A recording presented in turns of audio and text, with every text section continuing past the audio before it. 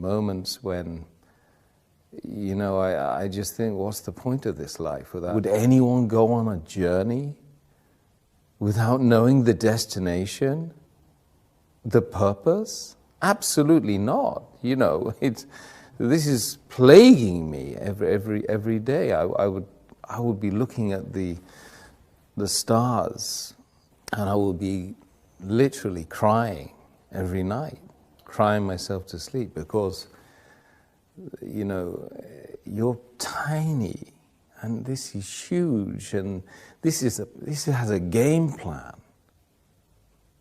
This is more than just, you know, this is by design. Bismillahirrahmanirrahim. My name's Yusuf. I'm 52 years of age. I've been a Muslim for 27 years. Ethnically, I'm from an Irish stock, with a bit of English in there as well. Father was Catholic, my mother was Catholic, although only nominally Catholic. Didn't really take it that seriously. We didn't have any religious upbringing at all, no education in terms of religion, and we lived our lives as we saw fit, as our desires took us, we went. My mother and father used to give me some indications of what is right and what is wrong, but very, very little in the way of religious instruction, so we were free. Basically, I left school at the age of 15. I ran away from home at the age of 15. My father had already left home when I was 4, and the last thing I said to my father was, "Dad, you better leave because my mum doesn't like you anymore." You know, so that was the last time I saw him as a child, until I was 24. I went to seek him out after that. That was part of the journey for me to find myself, because once I'd left home, I started traveling a lot. I started broadening my horizons, meeting people. I'd always ask lots of very difficult questions, and usually people would come back to me and saying, "Why do you ask so many questions? You're so annoying. Get out of here," you know. But I kept asking questions because my idea was that I'm on this amazing journey with thousands of people around me, millions of people around me, and I should be asking them, like they should be asking me, what's it all about? Where's this journey taking us? You know, has someone got a roadmap? You know, where's the sat nav? You know, so yeah, I mean, I spent years and years and years asking and traveling and asking again. And I naturally, when I read books on philosophy or religions or the purpose of life, so I started to seek out those people that were writing those books. So I met the Christians, I met the Jews, I met the Buddhists, I met the Hindus, I met everyone apart from Muslims, by the way, because I didn't even know what Muslim was or Islam was at all at that time.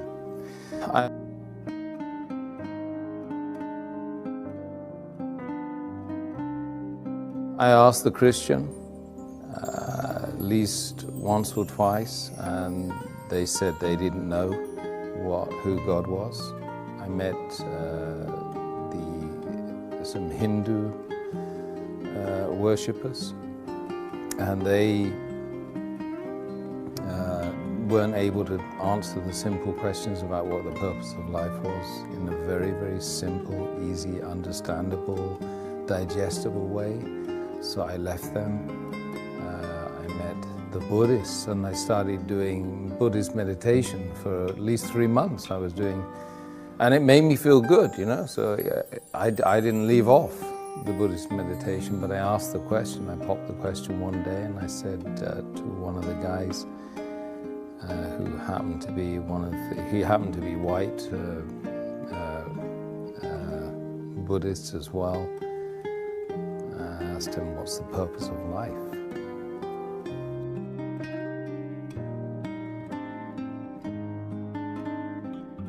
So he was stirring his herbal tea at the time, and he got round 15 rounds of stirring, and they tried to answer the question. He said, to contemplate the supreme nothingness. So I said, I'm confused. Confused.com.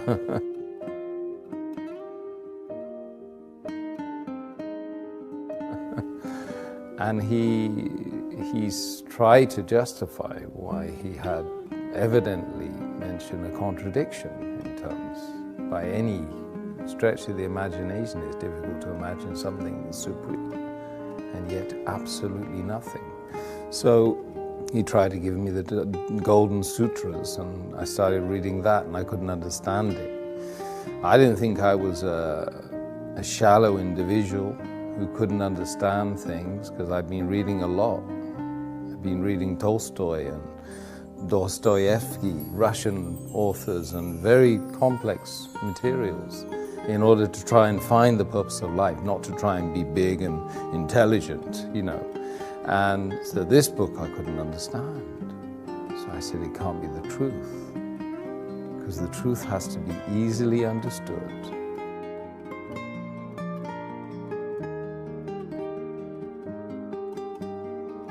By most of the people, if not all the people. So I left that. But I continued doing my Buddhist meditation. So I started looking into the Chinese philosophy, started doing martial arts, I started doing Tai Chi. I did Tai Chi for 3 years. I was still reading and every ism and every schism and every possible thing which would help me to try and find me, Tim. Who am I? You know. And it was a big struggle, massive struggle. So I went off, and I was told that, you know, the top 5% of the world, they go to university. I got to Sussex University, studying politics and third world development, because that seemed really interesting to me. But it wasn't the paper, it wasn't the subject, it was the fact I was going there with this top 5% of the world sitting with me. So I got there and I was mortally disappointed, because most of them were just out to get drunk and have a hedonistic lifestyle whilst they were away from their family for the first time in their lives. You know.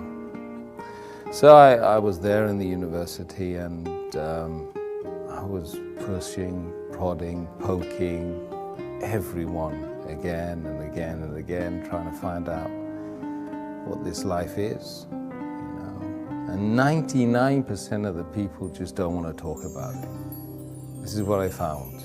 You've got to find the 1%. And when you find the 1%, you don't want to leave them, you know. One day, I had a particular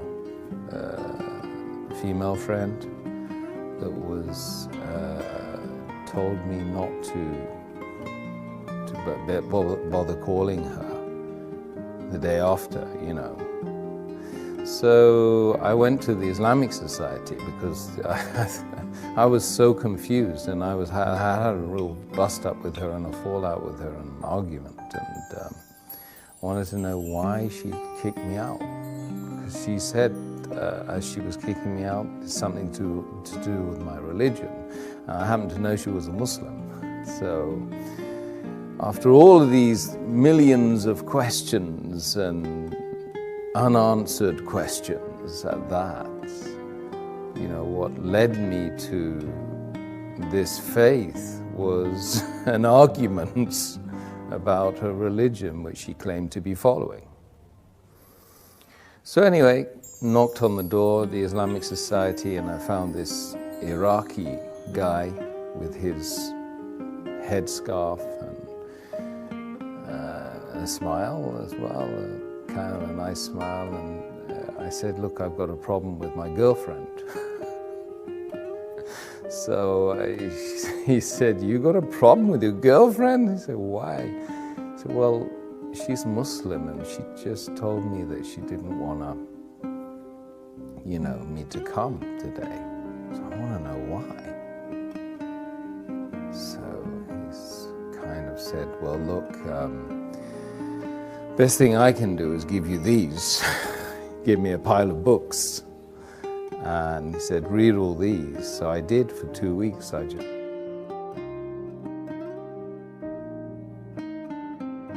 read and read and read and read. I read about how to purify yourself as a Muslim, how to have a bath as a Muslim, how to pray as a Muslim, what's the history of Islam. I started reading some of the chapters, small chapters of the book which they claimed was sent from God, and slowly but surely the answers started popping up, just miraculously from this incident. Then I discovered, of course, that the month was Ramadan. So then I started to learn that these guys were fasting, for 30 days, not continuously, of course, but they were fasting the daylight hours of this month. And this month was about the coming of this book, which I had been reading, the Quran, and it was it was a revelation to me at the time as well, because of course I never knew Islam, Muslims. That was the first time I heard about Islam, but I never ever knew that Islam was a way that white, Catholic people like me growing up in Britain could possibly accept. I thought it was a religion for brown people and ethnics, So I slowly but surely started getting the answers to the questions that I had been dominant in my life, for that 10 years. And I couldn't sleep. Days and nights would go by where I couldn't sleep. There were moments when, I just think, what's the point of this life without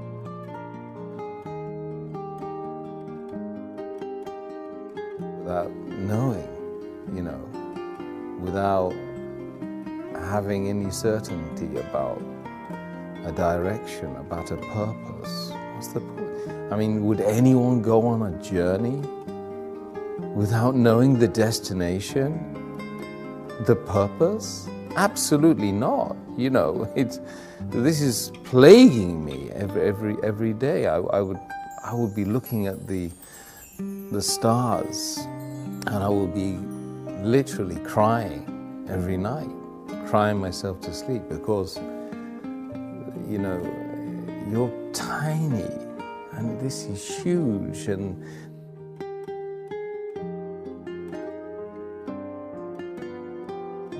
this has a game plan. This is more than just a mere coincidence, a mere happening, that's something that's just happened out of nothing. This is by design.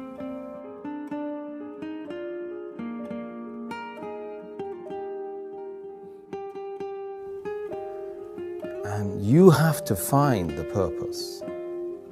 So you come across this book which answers all of the questions. you don't like what you read. Some of it you don't like. But it's kind of good for you, right? You realize it's good for you. And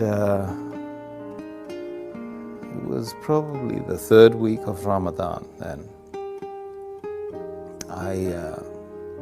I was reading that, and I was watching these guys. They were fasting, and they were praying in that place 5 times a day in that center. And I would join them, and I would be doing the prayers with them, but I couldn't really know what was going on, but it felt right. And one day I woke up and I said, look, I'm going to fast today, because the fasting is the thing that really seemed to be very attractive, and it was a challenge for me. I thought it might help me in the journey. So I prayed,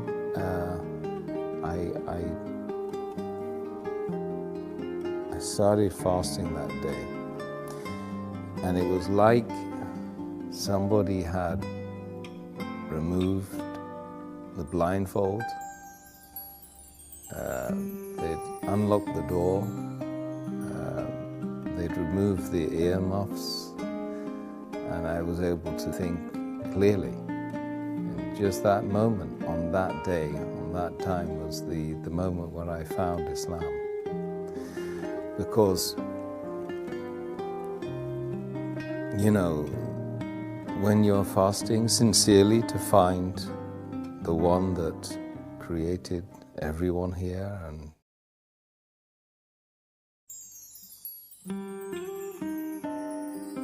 everyone out there and everyone that's going to be created later on, after we go and we leave this planet, leave this journey,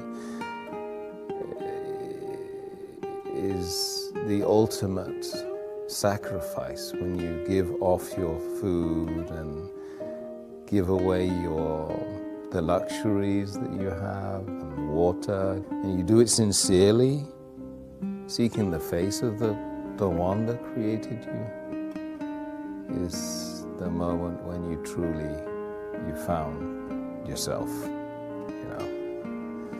So that was that day. That was the day, and I hadn't taken what was called the Shahada, or the declaration of faith, because I thought, well, God knows me better, so why would I bother, you know? Anyway, I went on right until the end of Ramadan, and one night I was just super aware of myself, of being like needing to get rid of the past and start something new. It just felt like that. So the whole night I was just like, I was making this ritual ablution, you know, watching, because I was reading it all the time in the books I had with me, and trying to get rid of something that was in the past. And then in the morning, very early in the morning, I just walked. I went out and I started looking for a mosque. I went into a mosque. I got to the top of the stairs, and the guy grabbed hold of me and said, look, what's going on? What are you here for? Can we help you? I said, yeah, I've just come to embrace Islam. He said, well, we don't know you. I mean, we've never seen you. What do you know about Islam? I said, I've been reading about Islam for the last 2-3 weeks, in fact, and I've been fasting as well. So they were quite surprised. And they said, well, have you washed? I said, I've been washing the whole night, man. I made the declaration of faith. And then I kind of got hugged by 300 men, you know, and I'd never been hugged by a guy before. Not even my father, I don't think. I remember feeling that it really was a very amazing moment, and it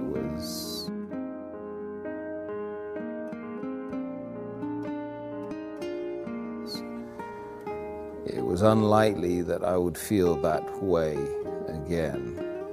That feeling of elation, the feeling of actually I felt very relieved. Because imagine spending 10 years searching and searching for something which you don't even know what that is. It's not like you go on, you search for something, right, which you know, and you pretty much know where you drop that thing.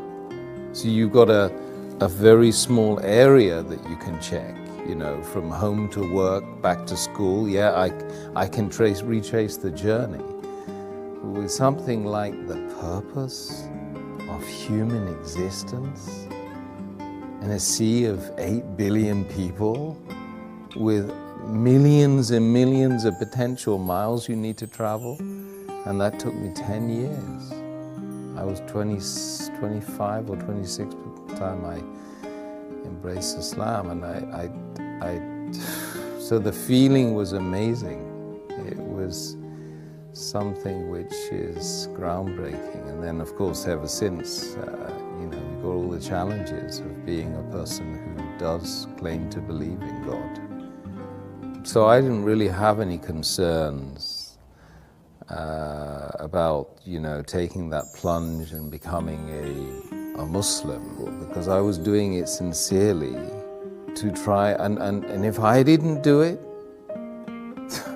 what was I going to do instead? I was destined to fail, to literally become an alcoholic, or to be a person that would just live their life as a hermit. Literally, that's the way I was thinking at the time before I embraced Islam. So I didn't really have any hang-ups about accepting something that was going to really, truly speaking, help me here. It doesn't matter, the external didn't matter to me at that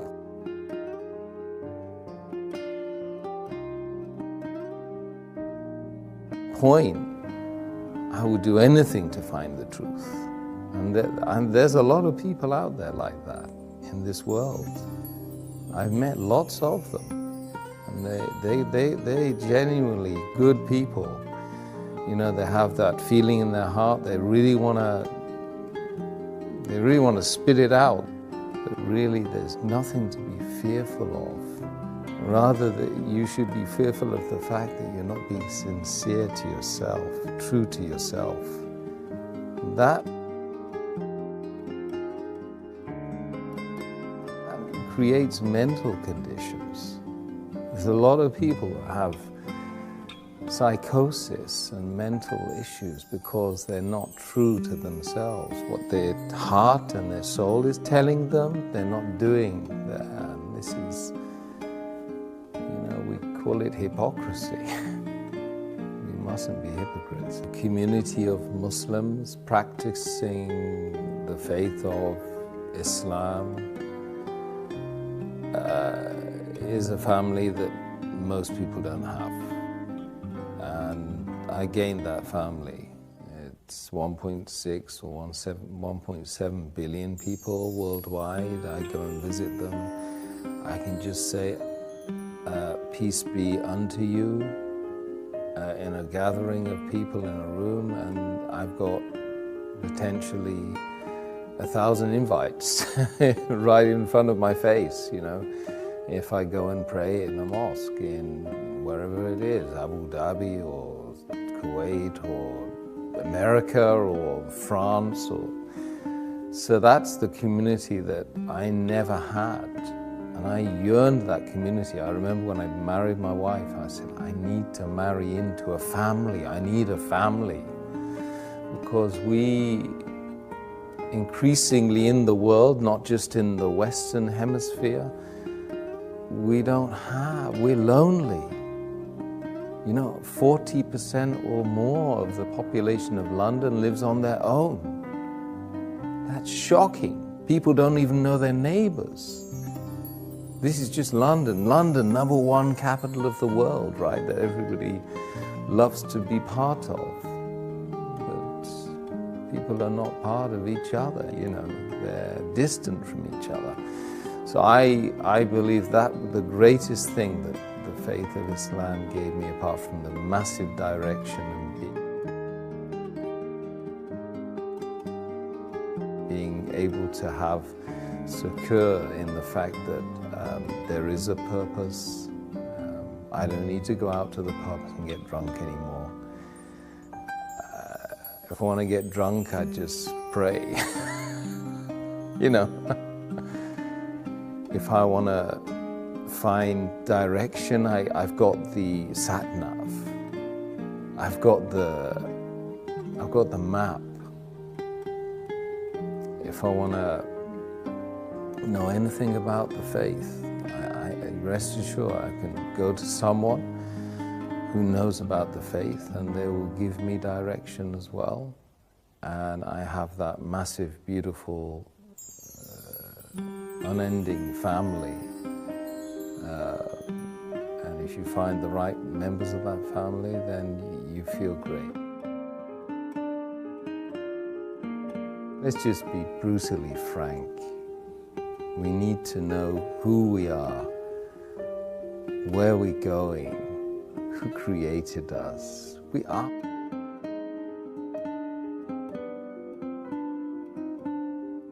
Ask ourselves these questions on a daily basis.